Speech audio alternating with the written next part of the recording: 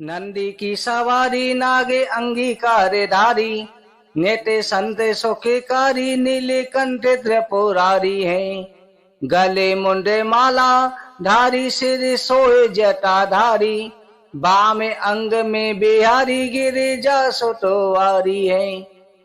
आप सभी भक्तों का हमारे चैनल भक्ति ज्ञान उपासना में स्वागत है। भक्तों, त्र्यंबकेश्वर महादेव की कथा सुनने से शत्रुओं का नाश होता है, सभी प्रकार के पापों से मुक्ति मिलती है। त्र्यंबकेश्वर कथा सुनने से हर प्रकार के पाप ताप संताप दूर हो जाते हैं। आप सभी ध्यान लगाकर के कथा का श्रवण करें। अगर अभी तक आपने हमारे चैनल को सब्सक्राइब नहीं किया है, चैनल को सब्सक्राइब जरूर करें, वीडियो को ज्यादा से ज्यादा शेयर करें। भक्तों, श्री सूत जी महाराज कहते हैं कि हे मुनिवरों, मैंने सदगुरु व्यास जी के मुख से जैसी कथा सुनी है उसी के अनुसार पाप नाश करने वाली त्र्यंबकेश्वर ज्योतिर्लिंग की कथा का वर्णन कर रहा हूं। पूर्व काल की बात है। गौतम नाम के एक ब्राह्मण ऋषि थे, जिनकी परम धार्मिक पत्नी का नाम अहिल्या था। दक्षिण दिशा में ब्रह्मगिरी पर्वत है, वहीं पर गौतम ऋषि ने 10,000 वर्ष तक तपस्या करी। उत्तम व्रत का करने वाले महर्षि एक समय वहां पर 100 वर्षों तक भयानक अकाल पड़ा। 100 वर्षों तक अकाल पड़ने से सभी लोग महान दुख में पड़ गए। इस भूतल पर कहीं भी पानी दिखाई नहीं देता था। सभी जीवों का आधारभूत जल न जाने कहां गायब हो गया था। उस समय सभी ऋषि मुनि मनुष्य पशु पक्षी मृग वहां से 10 दिशाओं को चले गए। तब गौतम ऋषि ने यह देखा तो संसार के कल्याण के लिए गौतम ऋषि ने 6 महीने तक कठोर तपस्या करके वरुण देव को प्रसन्न किया। वरुण देव ने प्रसन्न होकर वर मांगने को कहा कि हे गौतम ऋषि, तुम कोई वरदान मांगो। गौतम ऋषि ने प्रार्थना करी कि हे वरुण देव, इस समय संसार में अकाल पड़ गया है, आप मुझे वर्षा का वरदान प्रदान करें। वरुण देवता ने कहा कि ऋषिवर, देवताओं के विधान के विरुद्ध वर्षा न करके मैं तुम्हारी इच्छा के अनुसार तुम्हें सदा अक्षय रहने वाला जल का एक गड्ढा तैयार करके देता हूं। क्योंकि देवता इस समय वर्षा नहीं करना चाहते, इसलिए मैं देवराज इंद्र के विरुद्ध नहीं जा सकता, पर एक गड्ढा तैयार करो। ऐसा कहने पर गौतम ऋषि ने एक हाथ गहरा गड्ढा खोदा। वरुण देव ने उसे दिव्य जल से भर दिया। परोपकार से प्रसन्न होकर गौतम मुनि ने कहा कि वरुण देव, आपको नमस्कार है। वरुण देव ने कहा कि हे मुनिवर, कभी क्षीण न होने वाला ये जल तुम्हारे लिए तीर्थ रूप होगा। पृथ्वी पर तुम्हारे ही नाम से इसकी ख्याति होगी। यहाँ किए हुए दान होम जप देव पूजन पितरों का श्राद्ध सभी अक्षय हो जाएंगे। ऐसा कहकर के वरुण देवता अंतर ध्यान हो गई। उस जल के द्वारा दूसरों का उपकार करके महर्षि गौतम को बड़ा सुख मिला। महात्मा पुरुष का आशय हमेशा दूसरों की भलाई करना रहता है। महात्मा पुरुष महात्मा ये स्वरूप से हमेशा दूसरों को सुखी रखते हैं। मनुष्य जैसे पुरुष का सेवन करता है, जैसे कर्म करता है, वैसे ही फल की उसी प्राप्ति होती है। महान ऋषि गौतम ने ये संसार के लिए कल्याण की भावना से किया। उस समय पर सभी संसार बड़ा ही सुखी हो गया। दयालु, अभिमान शून्य, उपकारी, जितेंद्रिय, ये प्राणी के चार खंभे होते हैं जिन पर पृथ्वी टिकी हुई है। गौतम ऋषि वहां परम दुर्लभ जल को पाकर विधि पूर्वक नित्य नियम कर्म करने लगे। उन मुनीश्वरों ने वहां नित्य होम भी प्रारंभ कर दिया। फिर मुनीश्वर ने धान जो अनेक प्रकार के खेती बोई, तरह तरह के धान्य, भांत भांत के वृक्ष, अनेक प्रकार के फल फूल वहां लहरा उठे। ये समाचार दूसरे ऋषि मुनियों ने सुना। उस समय पर पशु पक्षी भी वहां आकर के रहने लगे। गौतम ऋषि का आश्रम बड़ा ही सुंदर हो गया। उस अक्षय जल के संयोग से जो अकाल पड़ा था वो अकाल दूर हो गया। उस वन में अनेक शुभ कर्म परायण ऋषि अपने शिष्य पत्नी के साथ आकर के वास करने लगे। उन्होंने वहां पर धान के बीज बोए। गौतम ऋषि के उस जल के प्रभाव से सब तरफ वन में आनंद छा गया। हे ऋषिवरों, एक बार गौतम ऋषि के आश्रम में जो ब्राह्मण आकर के रहे थे, उनकी स्त्रियां किसी बात पर अहल्या से नाराज हो गईं। उन्होंने अपने अपने पतियों को उकसाया। उन लोगों ने गौतम ऋषि का अनिष्ट करने के लिए गणेश जी की आराधना करी। भक्त पराधीन गणेश जी ने प्रकट होकर वरदान मांगने के लिए कहा। तब सभी ब्राह्मण कहने लगे कि हे भगवान, यदि वरदान देना चाहते हैं तो ऐसा उपाय करें कि सभी ऋषि मुनि गौतम ऋषि को आश्रम से निकाल दें।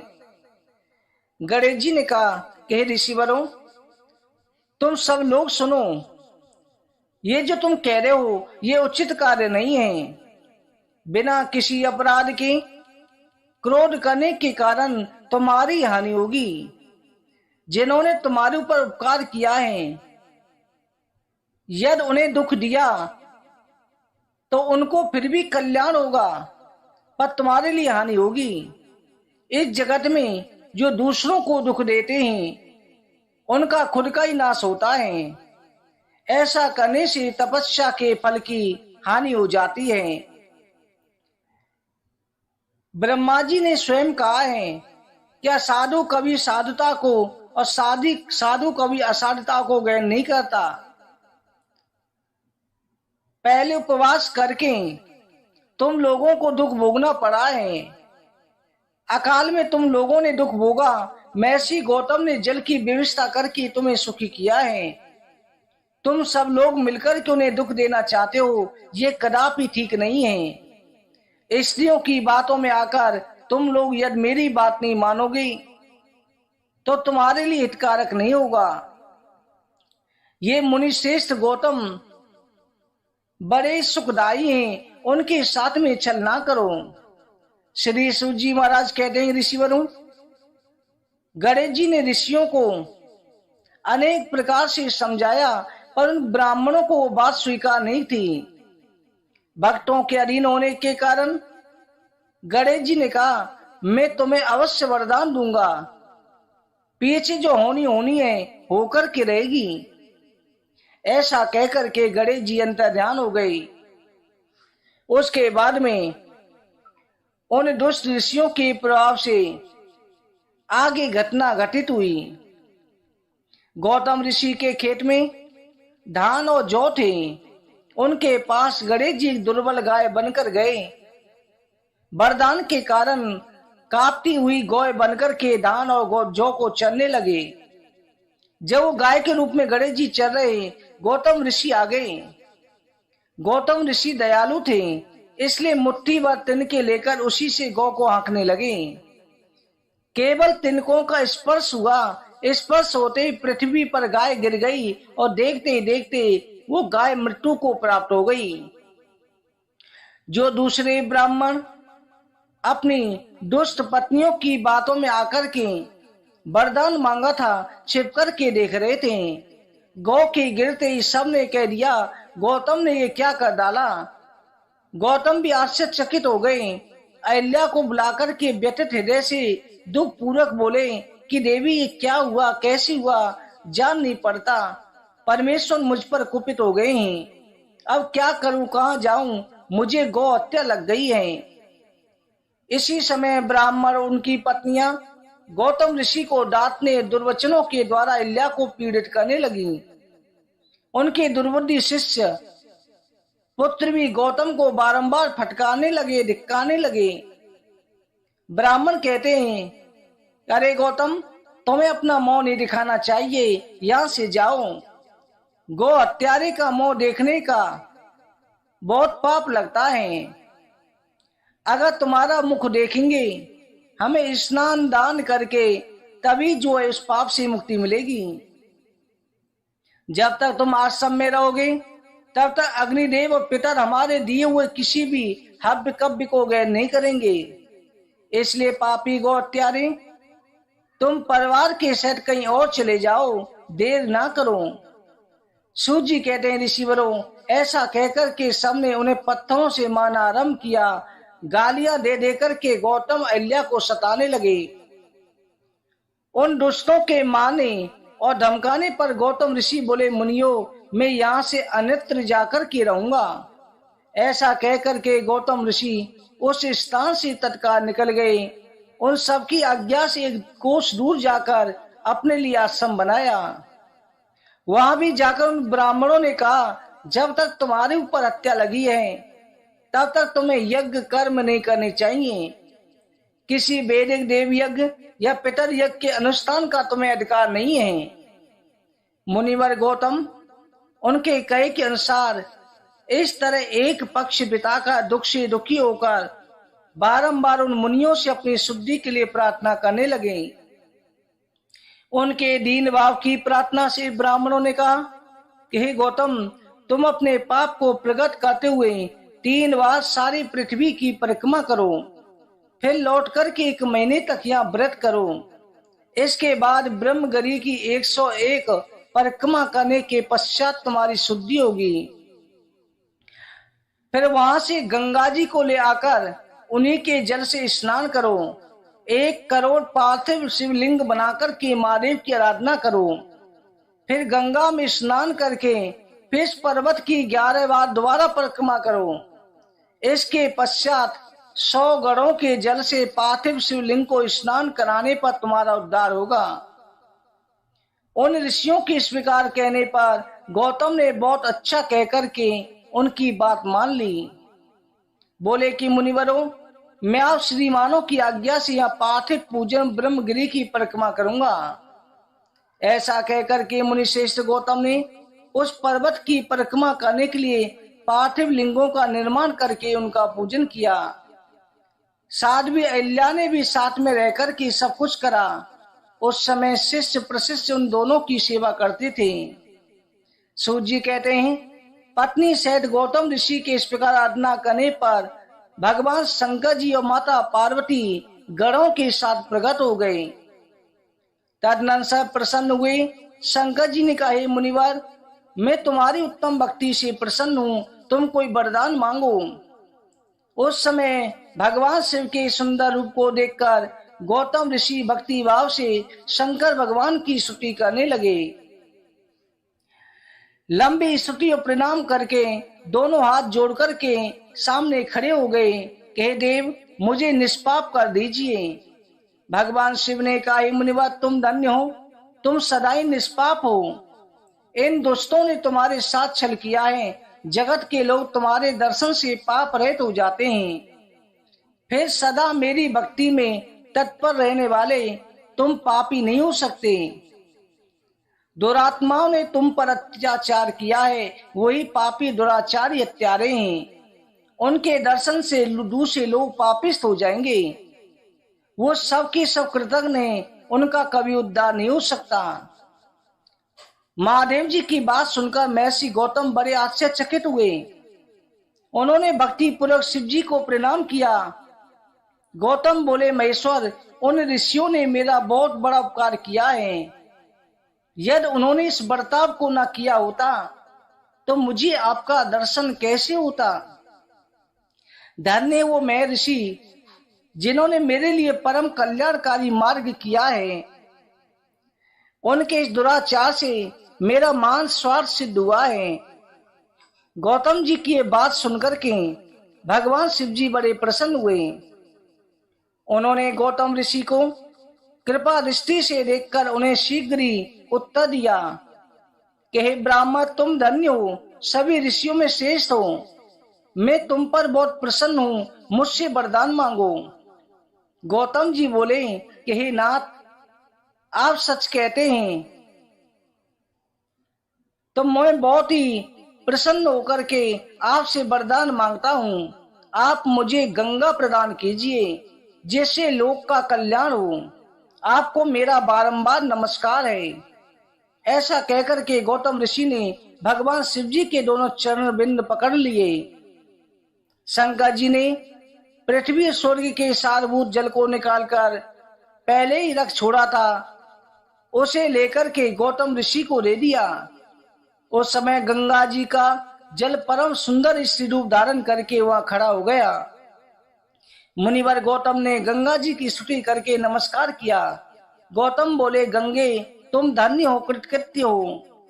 तुमने संपूर्ण भवन को पवित्र किया है, इसलिए निश्चित रूप से नरक में गिरते हुए मुझ गौतम को पवित्र करो। शिव जी ने गंगा से कहा, देवी, तुम मुनि को पवित्र करो, तुरंत वापिस न जाकर के बेबस मनु के 28वें कलयुग तक यहीं रहो। गंगा ने कहे, महेश्वर, यदि मेरा मातम सब नदियों में अधिक हो, अंबिका तथा गणों के साथ आप भी यहाँ रहे, तभी मैं धरातल पर रहूंगी। गंगा जी की बात सुनकर भगवान शिव बोले, गंगे, तुम धन्य हो, मेरी बात सुनो। मैं तुमसे अलग नहीं हूँ, मैं यहीं पर स्थित रहूंगा, तुम भी स्थित हो जाओ। अपने स्वामी परमेश्वर शिव की बात सुनकर गंगा जी ने मन ही मन प्रसन्न होकर के भगवान शिव जी को नमस्कार किया। इसी समय देवता, प्राचीन ऋषि, अनेक उत्तम तीर्थ, नाना प्रकार के क्षेत्र वहां पहुंचे। सबने आदर से जय जयकार करके गौतम, गंगा और भगवान शिव जी का पूजन किया। तदनंतर देवताओं ने मस्तक झुका करके सबकी प्रसन्नता पूर्वक स्तुति करी। उस समय प्रसन्न हुई गंगा और शिव जी ने उनसे कहा कि हे श्रेष्ठ देवताओं, वरदान मांगो। तुम्हारा प्रिय करने की इच्छा से हम तुम्हें वरदान देंगे। देवता बोले, देवेश्वर, आप प्रसन्न हैं, सरसाओं में श्रेष्ठ गंगे, आप भी प्रसन्न हैं, तो हमारा तथा मनुष्यों का प्रिय करने के लिए आप लोग यहाँ कृपा पूर्वक निवास करें। गंगा माँ कहती है, देवताओं, फिर तो सबका प्रिय करने के लिए आप लोग स्वयं भी यहाँ निवास क्यों नहीं करते? मैं तो गौतम जी के पाप का प्रक्षालन करने के लिए जैसे आई हूं उसी तरह लौट जाऊंगी। आपके समाज में यदि कोई विशेषता समझी जाती है तो इस बात का पता लगे कि मेरी विशेषता सिद्ध कर सके तो मैं अवश्य यहाँ पर रहूंगी। सभी देवताओं ने कहा, हे गंगे, बृहस्पति जब जब सिंह राशि में प्रवेश करेंगे तब तब लोग यहाँ पर आकर के आपकी पूजा करेंगे।